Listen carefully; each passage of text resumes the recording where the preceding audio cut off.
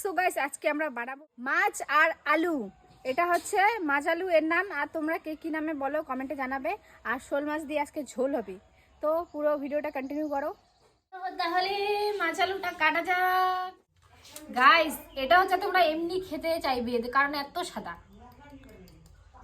এত ধবধবা সাদা। এই দেখো একটু এখান থেকে ভেঙে পড়েছে, তো এটা সবার প্রথমে ছুলে দেই।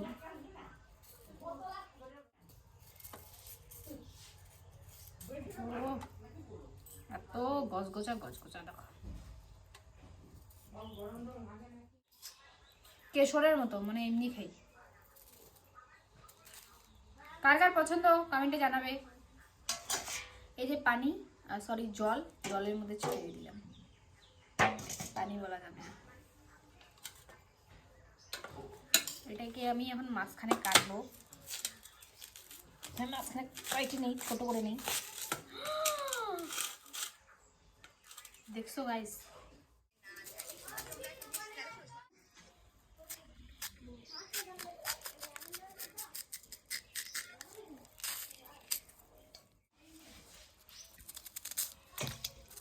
गाइस এগুলাকে বড় বড় করে কাটতে হবে।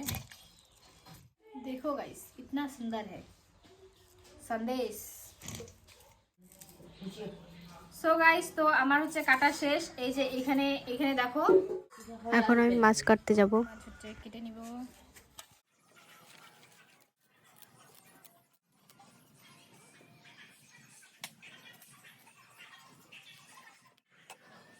আমাদের মাছ কাটা শেষ, চলো এখন ধুয়ে হচ্ছে রান্না করব। চলো রান্না করি তাহলে। সো হে গাইস আমার হচ্ছে রান্না বান্নার সব কিছু রেডি, এখানে সব কিছু এনে রাখছি, এখন আমি হচ্ছে রান্না করব। সো হে গাইস তো মাছ হচ্ছে ধুয়ে পরিষ্কার করে নিয়ে এখানে কিন্তু 3 ধরনের মাছ আছে।